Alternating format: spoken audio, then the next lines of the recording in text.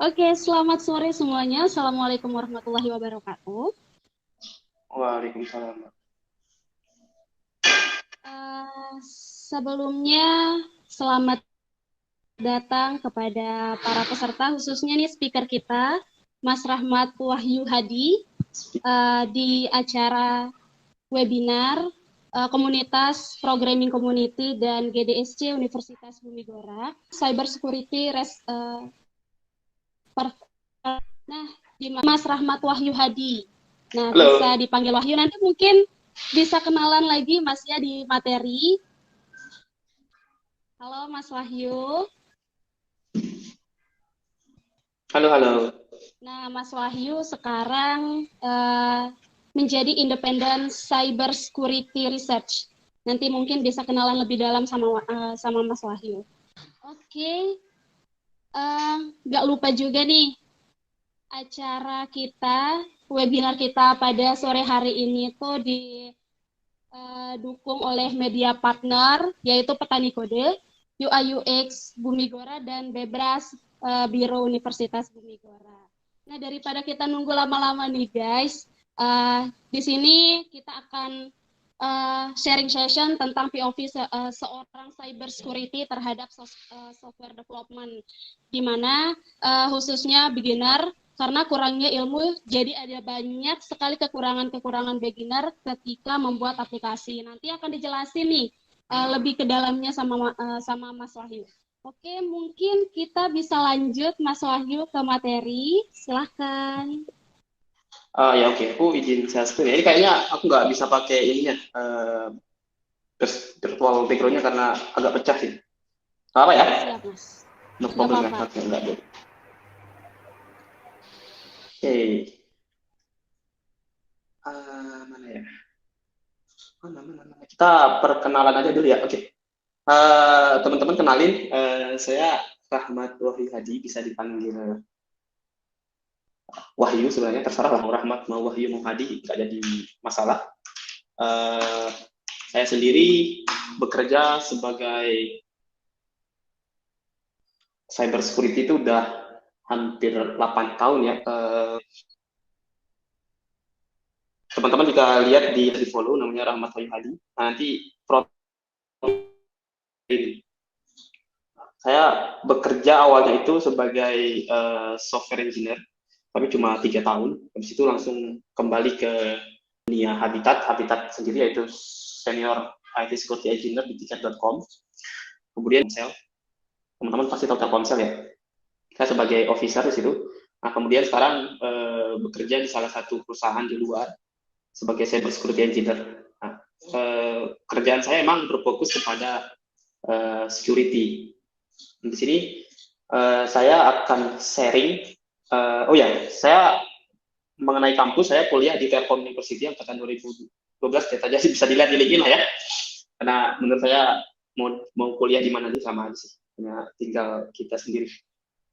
Uh, Topik saya sekarang yang saya akan angkat itu adalah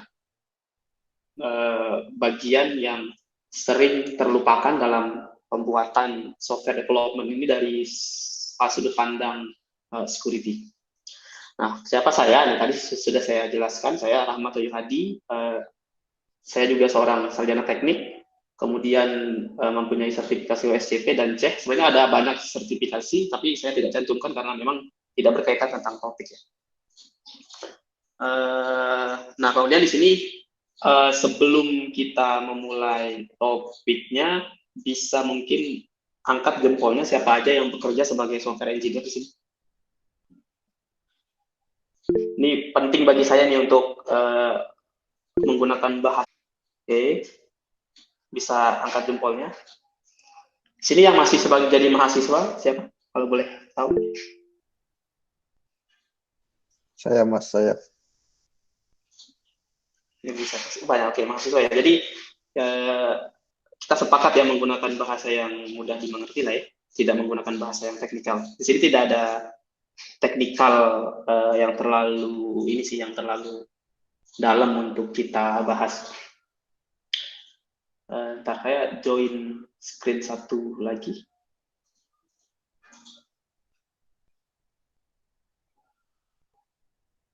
Sebentar. Izin di approve ya, Mas, satu email. Oke. Bisa di-send emailnya.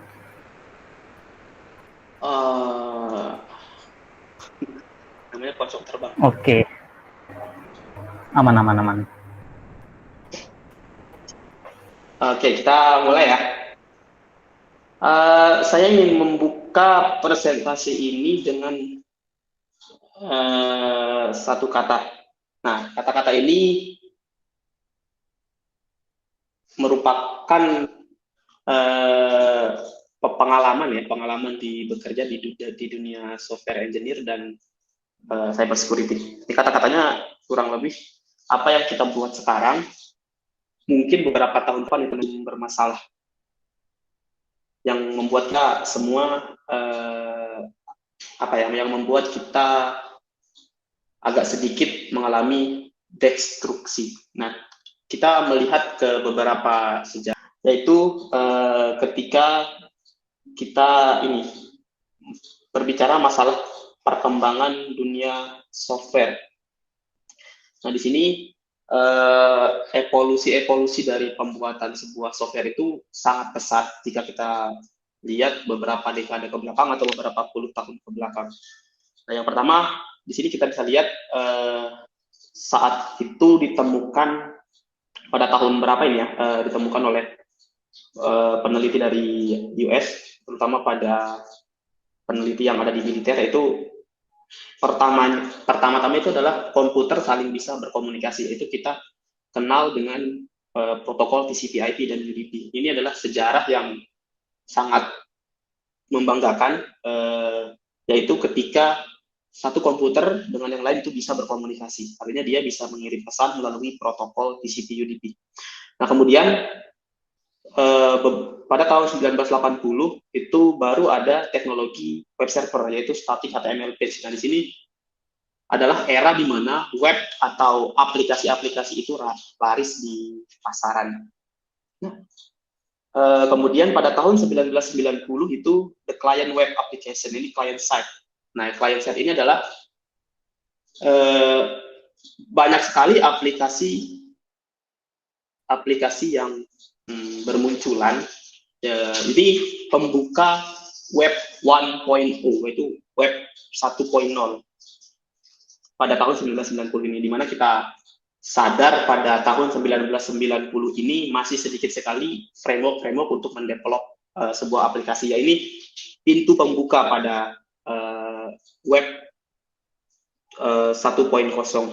Nah, kemudian pada tahun 2000 kita juga ini masih pada era web 1.0, tapi teknologinya berbeda, yaitu komunikasi sekarang sudah menggunakan REST atau SOAP.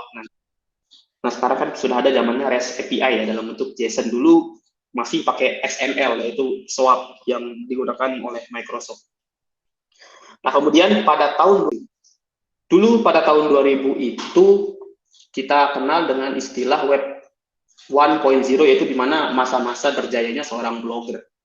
Sementara internet user itu hanya sebagai pengguna, pembaca, bukan sebagai kreator. Teman-teman mungkin yang hidup di zaman 2000 ini sampai tahun 2010 itu kenal blog Ana Hira atau Raditya Dika, atau mungkin yang sering main di Kaskus. Nah, inilah web 1.0. Nah, kemudian 1.0 ini didobrak pada tahun 2010 itu perkembangan pesat sosial media itu masuk ke masa web 2.0, ya, di mana kita sebagai user sekarang sudah bisa menjadi kreator. Nah, makanya pada tahun 2020 ini banyak sekali teman-teman lihat ada istilahnya konten kreator ya, mau di Instagram, TikTok, dan lain sebagainya, karena ini ditunjang oleh perkembangan teknologi yang begitu pesat. Di sini pattern-nya itu adalah 20 tahun. Dari tahun 1990 ke tahun 2010 itu 20 tahun. Nah, nanti pada tahun 2030 konon katanya kita akan memasuki dunia yang namanya web 3.0, di mana nanti semua teknologi akan berbeda. Kita akan masuk ke web assembly dan akan bersiap menyambut web 3.0 yang sudah menggunakan teknologi blockchain. Tapi itu di sini kita tidak bahas karena kita belum mengenal terlalu dalam teknologi tersebut dan teknologinya juga masih dalam tahap penelitian. Tapi yang pengen saya garis bawahi adalah pada setiap era perkembangan web itu selalu ada masalah. Mulai dari tahun 1980, 1990 itu jarang sekali orang menggunakan mengedepankan aspek keamanan. Nah, problemnya itu banyak sekali web yang belum menggunakan teknologi HTTPS, masih menggunakan HTTP biasa. Begitu juga pada tahun 2000 itu di situ mungkin aplikasi-aplikasi level enterprise mulai banyak di pasaran ya. Mungkin teman-teman ingat Windows XP, Windows apa itu orang-orang tertentu lah yang bikin aplikasi, tapi konsekuensinya juga ada pada sisi keamanan atau sisi security. Nah, terlebih sekarang kita sudah memasuki framework era. Ini juga menjadi kabar baik dari developer, tapi sekaligus kabar buruk dari sudut pandang security. Kenapa? Nah, ntar saya akan menjelaskan. Di sini kita lihat sudah banyak sekali aplikasi yang bisa kita, bahkan di HP kita pun aplikasi sudah banyak ya. Dulu yang kita kenal hanya desktop aplikasi desktop masih ingat saya dibuat dari .NET atau Java atau Visual Basic, atau bahkan Pascal, dulu dipakai DLP, kemudian ada web, dulu masih menggunakan, zaman saya masih menggunakan, CI itu pun belum terkenal. Nah, sekarang sudah ada aplikasi mobile, bahkan sudah ada aplikasi serverless, aplikasi service itu aplikasi yang bisa diinstal di cloud tanpa interface. Hanya kita chat Telegram itu bisa melakukan apa aja. Itu canggihnya zaman sekarang. Tapi problem di sisi security belum ada yang bisa solving. Dari awal terbentuknya teknologi selalu menghantui itu adalah masalah security. Nah, pada tahun 2010 sampai sekarang itu eranya sebuah framework. Bahkan orang-orang yang tidak memiliki background IT bisa membuat aplikasi zaman sekarang. Ya, contohnya kalau kita mau bikin aplikasi, kita bisa menggunakan WordPress, tinggal install plugin, atau kalau kita mau membuat aplikasi REST API, ya tinggal pakai Laravel atau pakai Express.js, tinggal baca dokumentasi, coding dikit, udah jadi sebenarnya. Saking gampangnya sekarang. Nah, tapi konsekuensinya masih tinggi. Nah, ternyata dari pengalaman saya bekerja, ada beberapa kesimpulan yang saya dapatkan. Ternyata isu security itu diakibatkan bukan karena kelemahan teknologi yang berkembang, karena memang dari sisi how to develop software-nya itu menjadi problem yang sangat besar. Bagaimana cara kita mendevelop sebuah aplikasi itu menentukan kualitas aplikasi dari sudut pandang security. Oke, ini adalah beberapa framework yang terkenal. Express, Rails. Ini screenshot-nya saya ambil tahun 2016. Ini slide saya bawa di U4 dulu, makanya belum ada Golang atau apa. Jadi ini mohon maaf yang dev Golang, ini adalah slide lama. Oke. Apa challenge-nya aplikasi security zaman sekarang? Nah, sekarang itu ada 22 juta software developer di seluruh dunia. Data ini diambil tahun 2016. Mungkin sekarang sudah lebih banyak, karena sekarang kita sudah 2023, sudah 7 tahun data ini diambil. Impact-nya apa? Lebih dari 111 miliar line of code itu ditulis setiap tahun. Ya, ditulis setiap tahun. 111 miliar line of code itu ditulis setiap tahun. Ini data yang lebih besar lah intinya. Aktualnya lebih besar dari 111 miliar.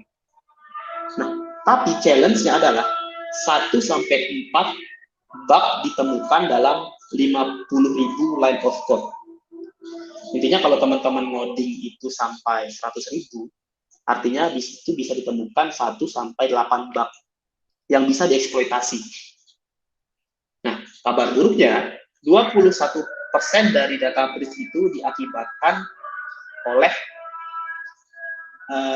21% data breach itu diakibatkan oleh software vulnerability, bukan kelalaian user, tapi software vulnerability. Oke, nah ini adalah data yang diambil dari tahun 2019.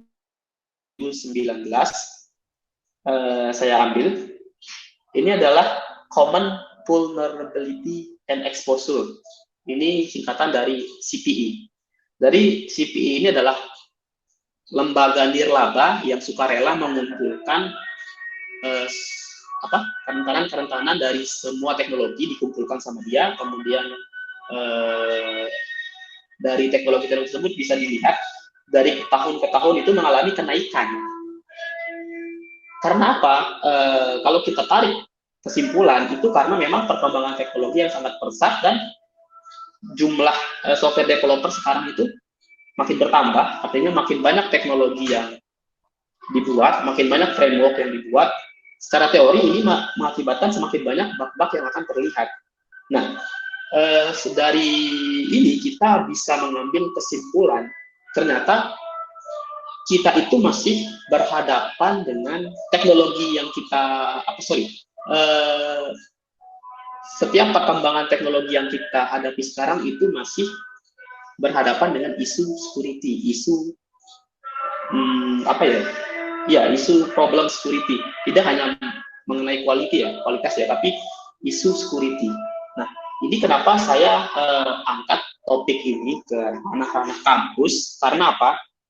Harapannya nanti teman-teman yang di kampus bisa aware mengenai security. Oke, Mas, sudah di-approve nggak yang email yang satunya, Mas? Halo? Udah. Ayo belum masuk. Baru bisa. Tadi itu ada sedikit kesalahan teknis. Siap. Oke, sekarang kita mulai itu tadi pembukaan aja ya. Sekarang kita mulai ke pembahasannya ya. Ini. Oke. Sekarang tadi saya sempat menyinggung, ternyata isu security itu bukan dari sisi teknologi. Ternyata how we develop the software itu yang menjadi masalah, bagaimana cara kita mendevelop aplikasi. Ada yang kenal istilah SDLC nggak? Mungkin ada yang membantu saya apa ya, itu SDLC? Ya, Development Life Cycle. Ya, oke. Software Development Life Cycle, yaitu bagaimana cara kita mendevelop sebuah software. Itulah kata singkat dari SDLC. Nah, ternyata di sini kita ada beberapa evolusi ya dari SDLC ya.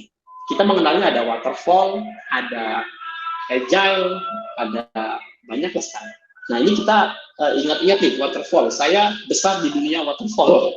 Ya mungkin teman-teman sekarang udah enak ya, udah tidak menggunakan ya, tapi mungkin pasti ada lah. Nah, waterfall ini adalah bagaimana cara kita mendevelop sebuah software yang saling bergantung terhadap proses sebelumnya. Coba lihat bagian yang ada di atas. Yang pertama itu adalah tahap requirement. Ketika tahap requirement ini belum selesai, maka tahap desain belum bisa berjalan. Itu konsekuensi waterfall. Ketika tahap desain belum selesai, maka tahap implementasi pun belum bisa berjalan. Nah, begitu seterusnya sampai pada tahap akhir, yaitu tahap operation and maintenance. Tapi di sini itu secara teori dari waterfall. Tapi di sini ternyata pelaksanaan waterfall tidak semudah teori. Nah, mungkin teman-teman yang developer tua di sini yang mulai nge-develop awal-awal waterfall mungkin pada tahu prosesnya kayak gimana. Ternyata di sini requirement, ada yang ketawa. Requirement-nya itu selalu berganti. Coba misal ya, ketika kita mendevelop sebuah fitur, tiba-tiba ada request di tengah jalan untuk pergantian sebuah fitur. Nah, jika teman-teman menemukan itu di dalam sebuah perusahaan, ya, selamat, Anda masih menggunakan old school SDLC. Ini kami nyebutnya agak sedikit kasar sebenarnya waterfall ini, karena kenapa ya kami berani mengatakan seperti itu? Sumber masalah bagi developer itu yaitu ketika ada change request di tengah jalan. Di sisi lain, slide saya ini tidak ada yang membicarakan quality dari sisi kualitas aplikasi atau dari sisi security ya. Tidak ada di sini pada tahap waterfall. Intinya di sini adalah kalau bisa besok siang hari udah jadi apps-nya. Ini adalah seni di waterfall. Ini dulu sempat dipakai oleh pasti sudah, dan kita akan siap menerima ketika ada perubahan fitur yang di tengah jalan. Itu apa konsekuensinya dari waterfall ini? Yang pertama itu adalah fokus di sini. Ya, di waterfall ini jarang sekali terdeliver. It's okay, itu bagus bagi kedua belah pihak, antara developer sama orang yang ngasih proyek. Tapi dari sisi keamanan gimana? Berbicara sisi keamanan gimana? Ini ada masalah. Selain sisi keamanan, ada gaps antara inovasi. Oke, kita lanjut ya. Nah, mungkin di sini ada yang bertanya, kok ribet banget DevSecOps ya? Biasanya nggak seribet. Ribet sekali DevSecOps itu. Masa semua harus ada orang security di situ? Bukannya kalau ada orang security menghambat pembuatan software ya? Ini mungkin pertanyaan-pertanyaan yang secara tidak langsung ada di benak teman-teman semua. Jawabannya tidak. Waktu saya beralih menggunakan DevSecOps, mungkin pikiran saya juga seperti itu. Kok kayaknya kalau kita pakai DevSecOps, waktu rilisnya juga bakal lama deh, karena banyak proses yang harus kita lalui. Nah, itu ternyata tidak seperti itu. Nah, kenapa kita butuh DevSecOps? Kita butuh DevSecOps itu yang pertama, karena memang dengan menggunakan metode DevSecOps ini, kita mampu mendevelop sebuah software yang bisa dibilang minim isu security ketika rilis. Karena apa? Karena isu-isu security sudah kita temukan di awal. Bahkan sebelum aplikasi rilis itu kita sudah bisa menemukan isu-isu security. Terus bagaimana masalah waktu pembuatan apps-nya? Bukannya menggunakan DevSecOps makin lama? Jawabannya tidak. Kenapa? Dulu, di saat kita tidak ada perbedaan DevOps dan DevSecOps dalam pengembangan software. Itu sama. Karena apa? Proses security itu harus dilakukan secara automate. Kita tidak, proses-proses DevSecOps itu sebisa mungkin kita masukkan ke sebuah pipeline yang dimana itu dieksekusi secara automate. Tidak dieksekusi secara manual yang butuh waktu. Kalau kita menggunakan proses security manual, itu butuh waktu yang lama. Mungkin DevSecOps ini tidak terkenal sekarang, karena DevSecOps ini sampai booming karena memang dari sudut pandangnya dia tidak mengganggu waktu engineer mendevelop software itu tidak mengganggu, akan mengganggu di fitur-fitur awal aja. Kenapa? Karena pada dasarnya developer itu selalu belajar. Tidak mungkin developer, misal saya katakan siapa ya di sini ya, Mas Patoni misalnya. Saya mereview codingannya Mas Patoni. Ternyata saya menemukan ada isu SQL injection pada codingan Mas Patoni pada fitur A. Kemudian saya datang ke meja Mas Patoni, bilang, Mas Patoni, ada isu SQL injection pada fitur ini. Kemungkinan besar codingannya itu ada pada line sekian. Pertanyaan saya adalah, apakah Mas Patoni akan menggunakan pattern yang sama pada fitur selanjutnya? Jawabannya tidak. Mas Patoni pasti sudah memperbaiki style codingnya, dan style coding yang sudah diperbaiki itu sudah jauh lebih aman. Ini adalah sebuah seni menciptakan sebuah software yang sangat bagus. Ketika si developer membuka diri untuk dikritik, maka quality si developer akan meningkat. Nah, di samping itu kita di sini terus melakukan mengumpulkan informasi-informasi tentang isu-isu apa yang akan terjadi pada apps yang kita bangun. Nah, si developer juga akan jadi aware nantinya. Maka nanti pada pengembangan fitur selanjutnya, si developer sudah codingannya sudah rapi sehingga kembali berjalan normal. Ya, memang pada tahap-tahap pembuatan software menggunakan DevSecOps ini cukup menguras waktu dan tenaga. Tapi ingat, itu hanya berjalan 1-2 minggu. Makanya sebisa mungkin kalau teman-teman mengedevelop sebuah software menggunakan DevSecOps, security dan dev harus benar-benar full power pada sprint awal atau pada fitur-fitur pembuatan aplikasi di awal. Karena di sini kita sudah sebagai tim security sudah bisa membaca pattern codingan dari devs. Nah, di sini kita juga bisa memberitahu devs, oh kalau patternnya seperti ini akan ada celah SQL injection, tolong perbaiki cara ngodingnya. Kita kasih devs juga welcome, maka saya yakin pada pembuatan fitur kedua, si developer sudah tidak akan menggunakan pattern yang pertama. Artinya apa? Waktu pembuatan software itu sama, tapi kualitas software akan berbeda. Nah, bagaimana tentang waktu ya? Tadi sudah saya jelaskan ya. Tidak ada masalah waktu. Waktu pembuatan software masih sama dengan DevOps. Security di sini tidak mencegah. Karena apa? Yang saya jelaskan tadi, di sini tidak ada isu waktu dalam pembuatan aplikasi. Bagaimana dengan cost? Bukannya cost software untuk security itu mahal-mahal? Ya, mahal-mahal jika menggunakan yang enterprise. Tapi banyak banget aplikasi-aplikasi yang open source, yang gratis. Minimal menggunakan itu. Kita tidak harus menggunakan yang berbayar sebenarnya untuk DevSecOps ini. Kita bisa menggunakan yang gratisan, tidak perlu menggunakan yang enterprise. Nah, dari sisi yang saya jelaskan tadi, isu security itu ketika kita menggunakan DevSecOps berkurang, bukannya tidak ada, berkurang.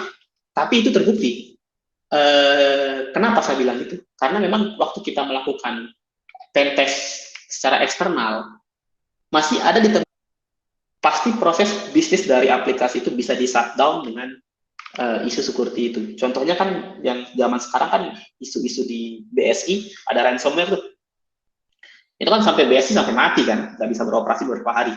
Itu diakibatkan oleh security. Nah, kalau kita menggunakan DevSecOps, ada isu security, tapi impact-nya tidak sekritikal atau tidak se-high yang kita tidak harapkan. Ada isu security, tapi dia masih berada di level medium dan low. Nah, itu. Nah, sekarang coba teman-teman lihat, yang teman-teman developer, coba lihat dari yang saya presentasikan, teman-teman sekarang udah menggunakan yang mana? Nah, gimana cara membedakannya? Pertama nih ya, ketika di situ dia tidak membicarakan security, tidak ada pentest, yang penting aplikasi jadi, teman-teman menggunakan waterfall atau agile. Bagaimana cara membedakan waterfall atau agile? Ketika ada perubahan requirement di tengah jalan, ada birokrasi yang membutuhkan waktu lama, itu artinya teman-teman masih menggunakan waterfall. Itu aja kuncinya. Kalau tidak ada birokrasi lama, planning sudah dieksekusi dari sesuai kesepakatan, tapi belum ada pengetesan security waktu nge-develop, itu teman-teman masih menggunakan. Tapi ketika ada security, dari awal sudah berbicara security, mulai dari tahap planning, mulai dari tahap coding sampai rilis, itu teman-teman sudah menggunakan DevSecOps. Dia sudah menggunakan DevSecOps ini. Karena apa? DevSecOps ini benar-benar meningkatkan kualitas software tanpa mempengaruhi waktu pendevelop. Artinya kita planning misal fitur ini rilis pada bulan Januari. Ya, fitur ini rilis pada bulan Januari tetap, tapi kualitas software-nya udah makin tinggi. daripada DevOps. Karena memang di sini benar-benar benar-benar berbicara keamanan itu benar-benar difokuskan. Mungkin cuma ini ya, apa istilahnya ya, karena kita sifatnya waktunya terbatas, saya tidak bisa berbicara terlalu banyak mengenai DevSecOps. Ini saya hanya membahas kulit-kulitnya saja sih sebenarnya, tidak membahas terlalu detail. Tools-tools yang digunakan apa, itu mungkin di lain waktu. Ini saya hanya memperkenalkan kenapa sih software-software itu selalu ada isu security. Apakah memang teknologinya tidak aman? Saya hanya menerobos paradigma itu. Saya hanya bilang, ternyata bukan masalah teknologi, ternyata sumber permasalahan itu adalah bagaimana cara kita nge-develop sebuah software. Itu sih, mungkin dari hostnya cuma itu yang bisa saya sampaikan, karena mungkin keterbatasan atau teman-teman yang di wilayah Lombok, kalau mau tahu bagaimana proses DevSecOps, kita kan sering kumpul di hari Rabu tuh, di Kopi ya, di MVP ya, bisa datang ke sana, nanti kita diskusi deh, panjang lebar. Mungkin cuma itu sih Mas atau Mbak Dinda yang bisa saya bongkar dulu mengenai SDLC. Kalau yang teknikal nanti bisa kita bicarakan di lain waktu. Oke, Mas Wahyu, terima kasih atas penyampaian materinya. Mungkin nanti teman-teman yang mau ngelanjut bahas tentang cyber security nanti bisa calling-calling sama Mas Wahyu ya di lain waktu. Ya, sekarang kita akan masuk ke sesi tanya jawab Q&A-nya. Nanti teman-teman yang mau bertanya, silahkan dilempar pertanyaannya ke Slido ya teman-teman. Nanti akan dibacain pertanyaannya. Oke, pertanyaannya luar biasa juga. Langsung aja ya Mas. Soalnya udah ada beberapa dari teman-teman yang udah nanya nih di Slido. Oke, pertanyaan pertama nih, Mas Wahyu. Apakah orang security akan tetap melakukan pentest pada saat aplikasi rilis? Ya. Oke, saya oke.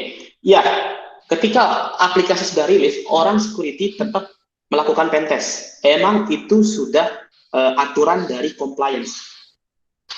Kenapa kok bukannya orang security tadi dibilang di DevSecOps? Oh iya, ini tergantung apa ya, tergantung developernya sebagai apa ya. Kalau waterfall mungkin nggak ada pentest, tunggu di hack dulu baru di pentest.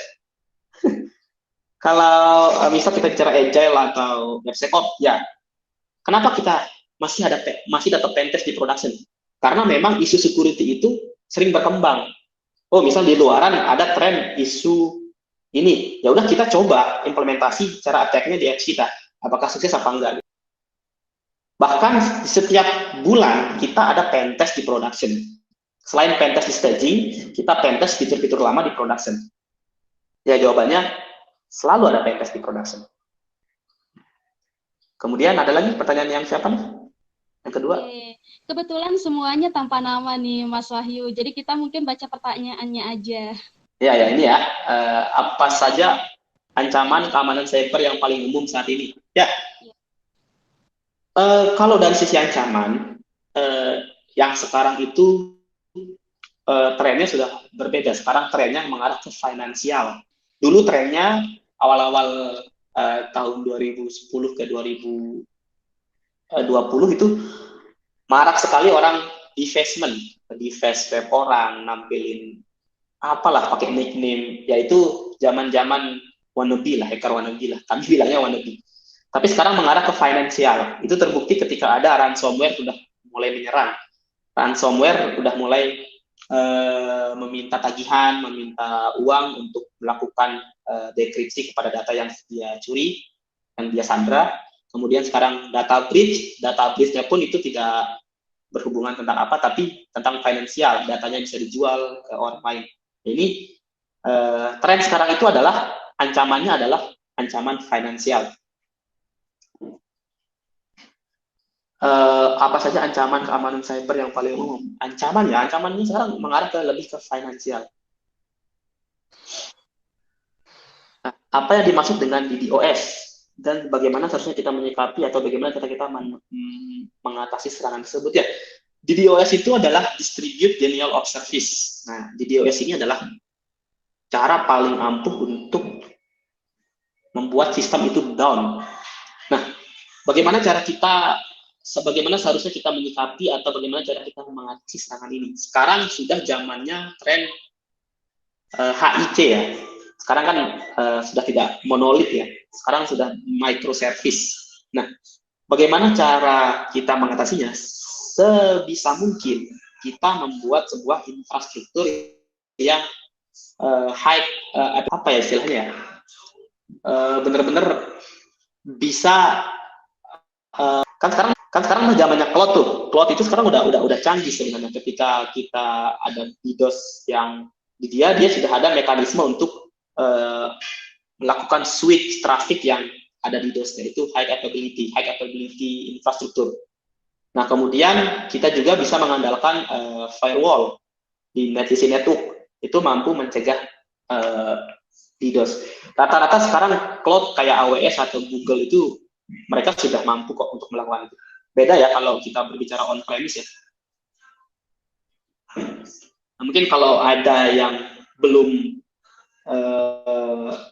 belum puas, bisa nanya balik di belakang di pertanyaan. Kita akan coba jawab semuanya deh. Bagaimana implementasi DevSecOps di Google Cloud Platform? Oke, implementasi DevSecOps di Google Cloud. Sebenarnya Google Cloud itu adalah bagian dari infrastruktur. Secara otomatis implementasi DevSecOps di Google Cloud Platform itu kita berfokus kepada infrastruktur, atau kita bisa menginstal tools-tools yang akan kita gunakan untuk cloud yang nanti bisa connect ke pipeline kita. Ingat, pipeline di sini bisa GitHub GitHub Action atau GitLab CI. Itu bisa connect kemana aja. Kita bisa menggunakan Google Cloud Platform. Ini sebenarnya pertanyaannya agak ambigu saya ini. Bagaimana implementasi DevSecOps di Google Cloud Platform? Pertanyaannya, apakah bagaimana cara mengimplementasikan DevSecOps agar Google Cloud Platform kita aman atau apa? Soalnya DevSecOps ini dia cair, bisa diimplementasikan di mana aja gitu. Oh iya. Atau mungkin gimana maksudnya? Tadi itu baru nangkep. Berarti kan di situ ada proses yang dikontrol sama tadi ada Jenkins kan ya kan? Yeah. Nangkepnya gitu tuh. Di GCP sendiri itu kan ada fitur yang memang bawaan dari Google Cloud Platform ya, yang semodel lah gitu ya. Google Build kalau nggak salah build. Google Build. Nah, jadi itu berarti kan mindsetnya nanti security itu akan di-attach prosesnya itu di build itu gitu ya. Itu bisa. Sekarang kan kita sudah ada namanya Ansible ya atau Kubernetes ya. Nah, pernah coba di Google, ternyata di Google GCP itu ada banyak sekali cara kita untuk mengimplementasikan security sebelum di-build. Nah, sekarang di Kubernetes pun sudah ada proses pengecekan security secara seamless tanpa kita ketahui. Pokoknya di Kubernetes sudah ada proses tentang security. Ini kelebihannya kita menggunakan cloud. Kita dikasih service yang begitu bagus dengan cloud. Nah, sebenarnya kalau kita menggunakan Google Cloud Platform, kita tinggal enable aja semua proses security. Mulai dari dia melakukan build aplikasi, mulai dia nge-generate Docker image, kita menggunakan image yang sudah di-harden oleh si Google. Jadi kita tidak perlu melakukan hardening ulang, kita percaya sama Google. Dimulai kita melakukan bahkan kita bisa melakukan code review pada GCP itu sendiri, tidak di on-prem kita. Intinya adalah ketika kita sudah mengimplementasi security baik di tahap awal atau di tahap infrastruktur, itu kita sudah DevSecOps. Nah, teman-teman kalau mau pakai Google Cloud Platform, tinggal enable aja fitur-fitur security. Itu sudah bisa kok di tahap untuk mengamankan infrastruktur. Oke, aman ya? Lengkap ya? Oke, makasih. Apa perbedaan antara serangan eksternal dan serangan internal? Oke. Serangan eksternal itu adalah serangan yang dilakukan dari luar dan oleh orang luar. Serangan yang dilakukan oleh orang luar dan dari luar. pakai dan ya, bukan pakai atau ya, pakai dan. Misal saya pengen menyerang apa ya, siapa contohnya di sini? Ada yang punya aplikasi nggak? Nggak ada ya? Oke, saya mau menyerang kampus Bumigora, anggap aja gitu ya. Saya bukan mahasiswa Bumigora, saya bukan developer membuat aplikasi Bumigora, tapi saya pengen menyerang aja gitu. Itu adalah serangan dari luar. Karena saya nyerangnya dari luar, saya orang luar. Tapi begitu saya dapat akses VPN, misal yang akses VPN yang bisa connect ke servernya Bumigora, itu sudah terjadi ancaman internal. Walaupun saya orang luar, tapi saya nyerangnya dari dalam. Itu internal. Dan atau saya adalah orang developer aplikasi di Bumigora, kemudian saya resign, dan kemudian saya tahu sumber permasalahan yang ada di Bumigora, saya gunakan untuk menyerang. Itu. Saya kasih tahu kuncinya. Ketika ingin menjadi orang cyber security, jangan pernah memulai langsung belajar hack. Itu kuncinya. Bisa Anda mulai dari seorang network, bisa dimulai dari seorang programmer, bisa dimulai dari seorang DevOps. Ketika nanti Anda udah lumayan basicnya udah kuat di ketiga ini, bisa lanjut ke cyber security. Karena nanti kalau kita langsung ke cyber security, kita hanya bisa tidak paham konsep dasar, itu yang bahaya sebenarnya. Karena apa ya, saya berbicara masalah cyber security ini sangat dinamis. Kalau tidak kita berbicara konsep awal, nanti kita, kalau kita berbicara masalah high level infrastruktur, kita akan blank. Nah, kalau bisa, perkuat pada dasar, mau dari network, mau dari QA, mau dari DevOps, mau dari developer, silakan. Baru silakan lanjut ke cyber security. Nanti belajarnya ketika kita sudah kuat di basic yang keempat ini, belajar security itu kok enak banget tuh. Enak banget. Karena kita sudah kuat basicnya. Itu mungkin dari saya. Apalagi ya? Nangkap? Yang nanya udah tercapai kan? Untuk sebagai pemula, apa yang harus dipahami, dipelajari sebagai awal untuk bergabung di dunia security? Sekarang Anda bekerja sebagai apa?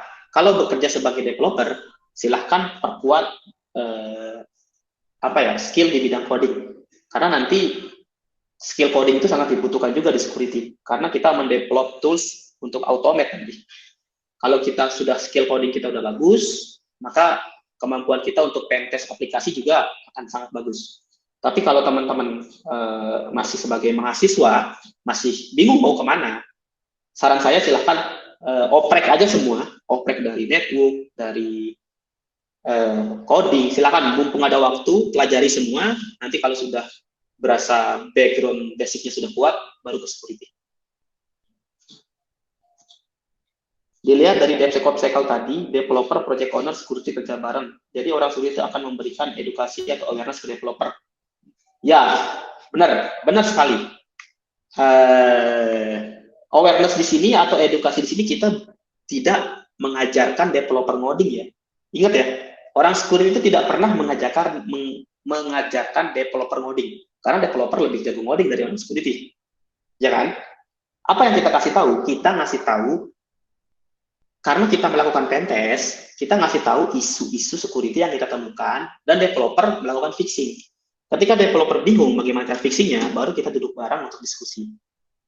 Nah, dan di samping itu, di dalam 1 tahun, kita ada secure code training ke developer. Nah, di sini secure code training ini adalah kita memberikan informasi bahwa ada beberapa isu pada teknologi-teknologi yang kita pakai, itu sudah ada celah security-nya. Sehingga di sini pemahaman developer akan semakin bagus mengenai security. Itu juga menunjang kualitas software yang akan mereka buat. Ini terus akan terjadi.